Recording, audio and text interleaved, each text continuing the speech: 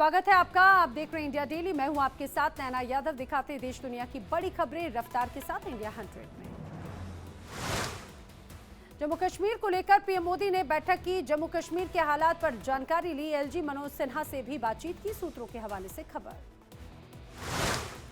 जम्मू कश्मीर में आतंकियों के खिलाफ अभियान जारी है। 40 घंटों से ज्यादा से चल रहा है सर्च ऑपरेशन। 3-4 आतंकियों के छिपे होने की खबर। जम्मू कश्मीर पुलिस ने 4 आतंकियों के स्केच जारी किए। सूचना देने वाले को मिलेगा 5 लाख रुपए का इनाम। जम्मू कश्मीर के कुपवाड़ा में आतंकियों का एक मददगार गिरफ्तार। उसके कब्जे से पिस्तौल, हैंड ग्रेनेड और आईईडी भी बरामद।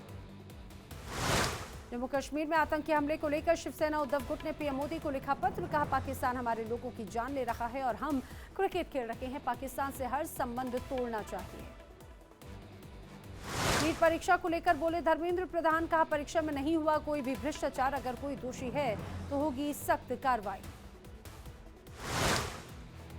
नीट परीक्षा को लेकर फिजिक्स वाले के सीईओ अलक पांडे ने कहा, एनटीए ने सुप्रीम कोर्ट में माना कि दिए गए ग्रेस मार्क्स गलत है। पेपर लीक का मुद्दा खुला है और उस पर सुनवाई जारी रहेगी। गौरव गोगोई ने नीट मामले में की सीबीआई जांच की मांग। कहा, सरकार इस मामले पर आखिर चुप क्यों है। नीट मामले को लेकर कांग्रेस ने केंद्र सरकार पर बोला हमला। गौरव गोगोई ने कहा, सरकार के रवैये से हम दुखी हैं। सरकार से हमारा आग्रह है कि वो करे आत्मचिंतन। नीट मामले को लेकर सुप्रीम कोर्ट का बड़ा आदेश। 23 जून को होगी दोबारा नीट की परीक्षा। ग्रेस मार्क पाने वाले छात्रों की फिर से परीक्षा। 1563 छात्रों का रद्द किया गया स्कोर कार्ड। दिल्ली में नीट के छात्रों का प्रदर्शन। ग्रेस मार्क वाले फैसले पर प्रदर्शन। सुप्रीम कोर्ट में मामले की 8 जुलाई को अगली सुनवाई। कोल्हापुर में फिल्म महाराज को लेकर हिंदू संगठन का विरोध प्रदर्शन। आमिर खान और जुनैद खान का किया विरोध। संतों के अपमान का लगाया आरोप। हिंदू सेना के अध्यक्ष विष्णु गुप्ता ने अश्विनी वैष्णव को लिखा पत्र। आमिर खान के बेटे जुनैद की फिल्म पर की रोक लगाने की मांग। नेटफ्लिक्स पर भी बैन की मांग की गई। पेमा खांडू ने अरुणाचल प्रदेश के मुख्यमंत्री के रूप में शपथ ली। लगातार तीसरी बार बने प्रदेश के सीएम। राज्यपाल ने दिलाई शपथ। पीएम मोदी ने अरुणाचल प्रदेश के नए सीएम पेमा खांडू को दी बधाई। कहा, सीएम के साथ में सभी नए मंत्रियों को बधाई। मुझे उम्मीद है कि राज्य के विकास के लिए करेंगे काम। चौना मीन ने अरुणाचल प्रदेश के डिप्टी सीएम के रूप में ली शपथ। राज्यपाल ने दिलाई पद और गोपनीयता की शपथ। उड़ीसा में बीजेपी की सरकार बनने पर बोले छत्तीसगढ़ के डिप्टी सीएम अरुण साव। कहा, उड़ीसा में बना इतिहास। अब डबल इंजन की सरकार होगी और तेज रफ्तार से उड़ीसा बढ़ेगा आगे। दिल्ली में सीएम केजरीवाल से जल मंत्री आतिशी ने तिहाड़ जेल में की मुलाकात। दिल्ली के जल संकट को लेकर हुई बातचीत। केजरीवाल से मिलने के बाद में मंत्री आतिशी का बयान। कहा, सीएम केजरीवाल ने कहा, किसी भी कीमत पर दिल्ली में पानी की कमी ना हो। सभी विधायकों को समस्या का समाधान करने की दी हिदायत। दिल्ली में जल संकट को लेकर आतिशी ने हरियाणा और हिमाचल से की अपील। कहा, केवल 20 दिन के लिए छोड़े पानी। टैंकर माफिया पर नकेल से नहीं होगा समस्या का समाधान।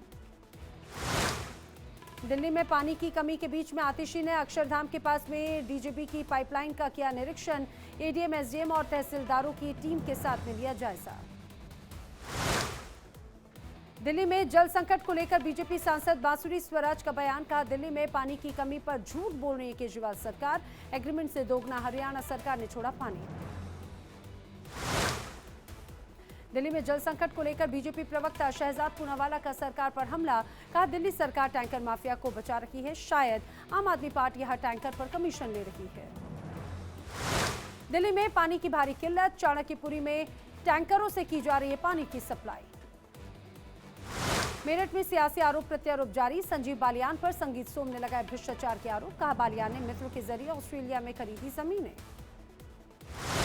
यूपी में कानून व्यवस्था को लेकर आज सीएम योगी करेंगे बैठक। प्रदेश के सभी एडीजी, जोन पुलिस कमिश्नर के साथ में कई अधिकारी बैठक में होंगे शामिल। एआईएमआईएम अध्यक्ष असदुद्दीन ओवैसी का आरएसएस पर बड़ा हमला। कहा, चुनाव नतीजों के बाद मुसलमानों पर बड़े हमले। क्या संघ परिवार मुसलमानों से बदला ले रहा है। आरएसएस को लेकर शिवसेना उद्धव गुट सांसद संजय राउत का बयान। कहा, बीजेपी ने 10 सालों से आरएसएस को किया खत्म। आरएसएस ने बीजेपी को बढ़ाया, उसे नैतिक ताकत दी। पीएम मोदी के G7 सम्मेलन पर जयराम रमेश का हमला। कहा, प्रधानमंत्री मोदी अपनी गिरती अंतर्राष्ट्रीय छवि को बचाने के लिए G शिखर सम्मेलन में जा रहे हैं।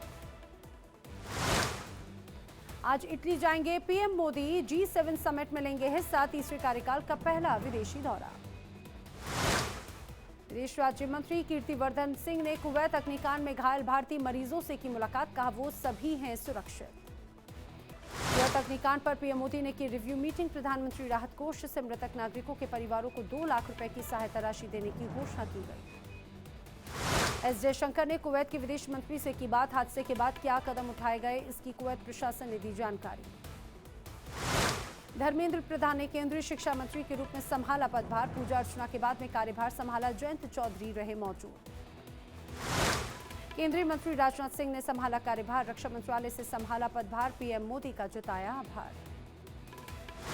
कार्यभार संभालने के बाद में राजनाथ सिंह का बयान, कहा हमारी प्राथमिकताएं देश की सुरक्षा, हम एक मजबूत और आत्मनिर्भर भारत बनाना चाहते हैं। जी किशन रेड्डी ने केंद्रीय कोयला और खनन मंत्री के रूप में संभाला कार्यभार, केंद्रीय मंत्री प्रहलाद जोशी भी रहे मौजूद। केंद्रीय मंत्री राममोहन नायडू ने संभाला पदभार, नागरिक उड्डयन मंत्री के रूप में कार्यभार संभाला। केंद्रीय मंत्री नितिन गडकरी ने भारत रत्न लाल कृष्ण आडवाणी से की मुलाकात, पत्नी के साथ में पुष्प किया भेंट, पैर छूकर लिया आशीर्वाद। केंद्रीय मंत्री नितिन गडकरी ने पूर्व राष्ट्रपति रामनाथ कोविंद से भी मुलाकात की, फूलों का गुलदस्ता भेंट कर आशीर्वाद लिया, शिष्टाचार भेंट की। महाराष्ट्र में सियासी उठापटक के बीच में अजीत पवार की पत्नी सुनेत्रा पवार ने राज्यसभा के लिए नामांकन दाखिल किया, पार्टी नेताओं की मौजूदगी में विधान भवन में दाखिल किया नामांकन। हवाई सेवा के शुभारंभ के बाद बोले सीएम मोहन यादव, कहा हमने एयर एम्बुलेंस की सुविधा भी शुरू की, लोगों को मिलेगी काफी सुविधाएं। एमपी में पीएम श्री हवाई पर्यटन हवाई सेवा का शुभारंभ, सीएम मोहन यादव ने राजा भोज अंतर्राष्ट्रीय हवाई अड्डे पर किया उद्घाटन।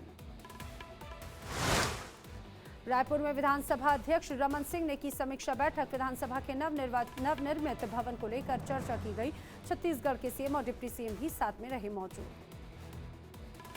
रक्षा राज्य मंत्री संजय सेठ ने राष्ट्रीय युद्ध स्मारक पर अर्पित की पुष्पांजलि, शहीदों को हाथ जोड़कर किया नमन।